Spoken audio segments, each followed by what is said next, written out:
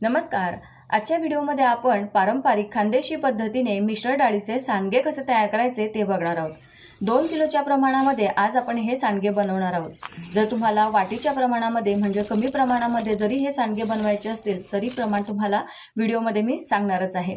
सांडगे बघाल तर अगदी मस्त असे पोकळ तयार झालेले आहे, छान खमंग कुरकुरीत झालेले आहे. जेव्हा घरामध्ये भाजीला काहीच नसेल तेव्हा अगदी झटपट तुम्ही या सांडग्यांची भाजी बनवू शकता. सांडगे तयार करण्यासाठी सर्वात आधी इथे आपल्याला पांढरी उडदाची डाळ लागणार आहे. वजनी प्रमाणामध्ये ही डाळ 1 किलो आहे. जर तुम्हाला वाटीने घ्यायची असेल तर तुम्ही इथे 4 वाट्या उडदाची डाळ घेऊ शकता. म्हणजे कमीत कमी प्रमाणामध्ये जर तुम्हाला करायचे असतील सांडगे तर तुम्ही इथे 1 वाटी सेट करा, 4 वाट्या उडदाची डाळ घ्या. त्यानंतर उडदाच्या डाळीच्या निम्मे इथे मी पिवळी बिना सालीची मुगाची डाळ घेतलेली आहे. ही वजनी प्रमाणामध्ये अर्धा किलो आहे. वाटीने घ्यायची असेल तर 2 वाट्या घ्या. त्यानंतर इथे मुगाच्या डाळीच्या निम्मे आपल्याला मटकीची डाळ घ्यायची आहे. तर इथे वजनी प्रमाणामध्ये पाव किलो मी मटकीची डाळ घेतलेली आहे. वाटीने म्हणाल तर 1 वाटी मटकीची डाळ घ्यायची आहे. नेहमी आपण उसळसाठी जी मटकी वापरतो त्याच मटकीपासून ही अशा प्रकारे डाळ तयार केली जाते. इझिली तुम्हाला कुठल्याही किराणा मालाच्या दुकानावर ही डाळ मिळून जाईल. यामुळे सांडगे अगदी मस्त असे पोकळ तयार होतात. त्यानंतर मटकीच्या डाळीबरोबरीनेच आपल्याला पाव किलो इथे चवळीची डाळ लागणार आहे. वाटीने म्हणाल तर 1 वाटी घ्यायची आहे. व्हिडिओमध्ये तुम्हाला इथे दाखवत आहे अशा प्रकारे या चवळ्यांपासून ही डाळ तयार केली जाते. आपण चवळीची भाजी बनवण्यासाठी, उसळ बनवण्यासाठी चवळ्या वापरतो, त्याच चवळ्यांपासून ही डाळ तयार केलेली आहे. गावरान चवळीची ही डाळ आहे, त्यामुळे साईज तुम्ही बघू शकता. अगदी बारीक अशी ही डाळ आहे. साधारण उडदाच्या डाळीसारखीच दिसायला ही डाळ दिसत आहे. जर तुमच्याकडे अशी ही चवळीची डाळ नसेल तर तुम्ही चवळ्या रात्रभर भिजत घाला. दुसऱ्या दिवशी जमेल तेवढी त्यावरची साल काढून घ्या आणि आयत्या वेळेला अशी डाळ तुम्ही वापरू शकता. नसेल तर मग तुम्ही स्किप करू शकता. त्यानंतर इथे अर्धी वाटी मी चणा डाळ घेतलेली आहे. आता सर्व डाळी घेऊन झालेल्या आहे. या डाळींवर बऱ्याच वेळा औषधं लावले जातात, त्यामुळे डाळी अगदी 3-4 पाण्याने आपल्याला इथे स्वच्छ धुवून घ्यायच्या आहेत. तर आता इथे वाटीचं प्रमाण मी पुन्हा सांगत आहे. मोठ्या प्रमाणामध्ये साधारण 2 किलोच्या प्रमाणामध्ये हे सांडगे मी बनवत आहे. मात्र जर तुम्हाला कमी प्रमाणात करायचं असेल तर तुम्ही एखादी घरातली छोटी वाटी सेट करा आणि त्याच वाटीने 4 वाट्या उडदाची डाळ, 2 वाट्या मुगाची डाळ, 1 वाटी मटकीची डाळ आणि 1 वाटी चवळीची डाळ आणि जी वाटी तुम्ही घेतलेली आहे त्याच वाटीने मोजून अर्धी वाटी इथे चणा डाळ घ्यायची आहे. तर आता अशा पद्धतीने साधारण 3-4 पाण्याने डाळी अगदी स्वच्छ मी इथे धुवून घेतलेल्या आहे. आता या डाळी आपल्याला भिजत घालायच्या आहे. डाळी साधारण 6 ते 7 तास व्यवस्थित पाण्यामध्ये भिजल्या गेल्या पाहिजे. तर इथे मी साधारण रात्रीचे 12:30 झालेले आहे आणि 12:30 वाजता या डाळी भिजत घातलेल्या आहे, कारण सकाळी मला सांडगे लवकर घालायचे होते. आता या डाळी अशाच आपल्याला भिजत घालायच्या आहेत आणि इथे सांडग्यांसाठी मसाला करून घ्यायचा आहे. तर इथे भरपूर असा मी लसूण घेतलेला आहे. तर साधारण इथे 2 ते 3 मुठा लसूण पाकळ्या आहेत. त्यानंतर 25 ते 30 इथे मी पिवळ्या मिरच्या घेतलेल्या आहे. जर तुमच्याकडे अशा प्रकारच्या मिरच्या नसतील तर तुम्ही इथे हिरव्या मिरचीचा वापर करू शकता किंवा मग लाल तिखट वापरू शकता.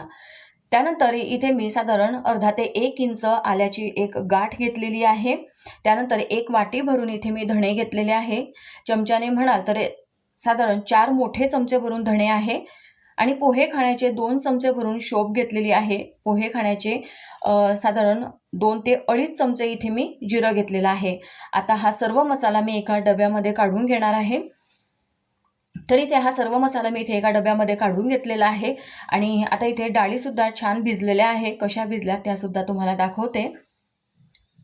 तर हे बघा, डाळी अगदी मस्त इथे भिजलेल्या आहेत आणि आता सकाळचे 7 वाजलेले आहे. 7 वाजता तुम्हाला इथे दाखवत आहे. डाळी छान भिजलेल्या आहे. रात्रभर या डाळी या पाण्यामध्ये होत्या, त्यामुळे आपल्याला आता हे पाणी काढून घ्यायचं आहे. डाळी अगदी हलक्या हाताने इथे मी चोळून घेतलेलं आहे. पाणी आता यामधलं मी काढून घेतलेलं आहे. पुन्हा यामध्ये 1 पाणी घालायचं आहे आणि पुन्हा आपल्याला या डाळीचा थोडासा असा खळ काढून घ्यायचा आहे. डाळीतला थोडा खळ काढून घेतला की सांडगे अगदी मस्त असे पोकळ तयार होतात, छान हलके होतात. आणि आता एक इथे मोठी छिद्राची टोपली मी घेतलेली आहे. खाली मोठं पसरट भांडं ठेवलेलं आहे, जेणेकरून आपण यावर या सर्व डाळी काढून घेऊ. त्यातलं जे पाणी आहे ते खाली भांड्यामध्ये निघत राहील, निथळत राहील. तर अशा प्रकारे सर्व डाळी मी पाण्यामधून या चाळणीवर काढून घेतलेले आहे। थोड्या वेळासाठी सर्व पाणी जे आहे ते निघू द्यायचं आहे आणि हा मसाला आणि या भिजवून घेतलेल्या डाळी घेऊन मी आता गिरणीवर जाणार आहे। गिरणीवरून हे सर्व साहित्य मी दळून इथे आणलेलं आहे। जर तुमच्याकडे गिरणीवर अशा पद्धतीने या डाळी दळून मिळत नसतील तर तुम्ही घरीच मिक्सरवर थोडं पाणी घालून अगदी मऊ बारीक अशा या डाळी वाटून घ्या।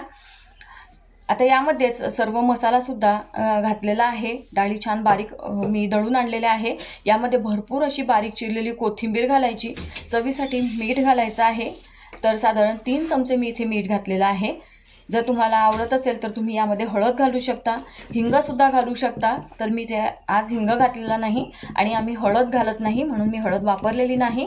आता सर्व साहित्य इथे छान मिक्स करून घ्यायचं आहे। मीठ आणि कोथिंबीर घातलेली आहे, तुम्ही बघू शकता। आता सांडग्यांचं हे मिश्रण तयार झालेलं आहे आणि आता यापासून आपल्याला सांडगे तयार करून घ्यायचे आहे। तर अशा पद्धतीने मस्त हे बारीक असं मिश्रण तयार झालेलं आहे। मी आता आलेली आहे गच्चीवर मोठ्या खाटेवर अशी ही साडी ओली करून पसरवून घेतलेली आहे। तुम्ही इथे बघू शकता ही मोठ्या छिद्रांची चाळणी मी घेतलेली आहे। जर अशी चाळणी तुमच्याकडे नसेल तर तुम्ही झारा वापरू शकता। आणि जर तुम्हाला पारंपरिक पद्धतीने हे सांडगे तोडून घालायचे असतील तर अशा पद्धतीने सुद्धा तुम्ही हे सांडगे बनवू शकता। यापूर्वी सुद्धा मी तुमच्यासोबत अशा प्रकारे सांडग्यांची एक रेसिपी शेअर केलेली आहे। आणि आता ही चाळणी आहे, ही चाळणी पाणी लावून थोडी ओली करून घेतलेली आहे। यामध्ये आता थोडं हे मिश्रण घालायचं आहे आणि यावर हात फिरवून पटापट असे हे सांडगे आपल्याला घालायचे आहे। अगदी मस्त असे जाड शेवांसारखे हे सांडगे पडतात आणि अगदी झटपट हे काम होतं। तुम्ही बघू शकता इथे माझ्या सासूबाई हे सांडगे तयार करत आहे।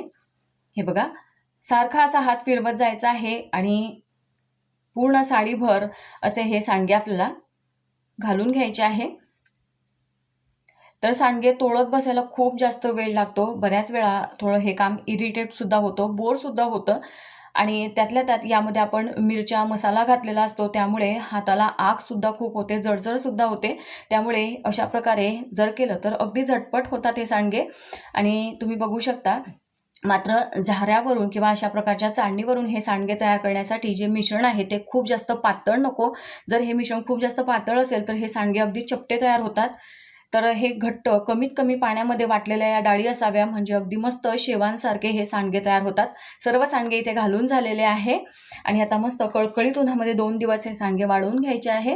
तर इथे तुम्ही बघू शकता, सकाळी सांडगे लवकर घातल्यामुळे आता संध्याकाळचे इथे 5:30 झालेले आहे आणि मस्त हे सांडगे एका बाजूने छान वाळलेले आहे, अजून पूर्ण वाळलेले नाही, परंतु अगदी इझिली या साडीपासून हे सांडगे वेगळे होत आहे। तुम्ही इथे प्लास्टिक पेपरचा सुद्धा वापर करू शकता, मात्र कपड्यावर जर सांडगे घातले तर डाळींमधलं जे पाणी आहे ते कापड शोषून घेतो आणि सांडगे लवकर वाळण्यासाठी मदत होते, म्हणून प्लास्टिकपेक्षा असा एखादा कापड तुम्ही वापरू शकता।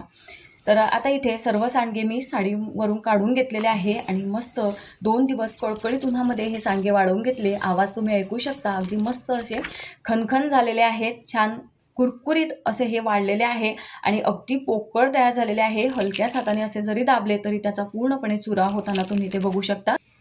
उन्हाळ्यामध्ये भाज्यांचा मोठा प्रॉब्लेम असतो, तेव्हा तुम्ही झटपट या सांडग्यांची भाजी बनवू शकता।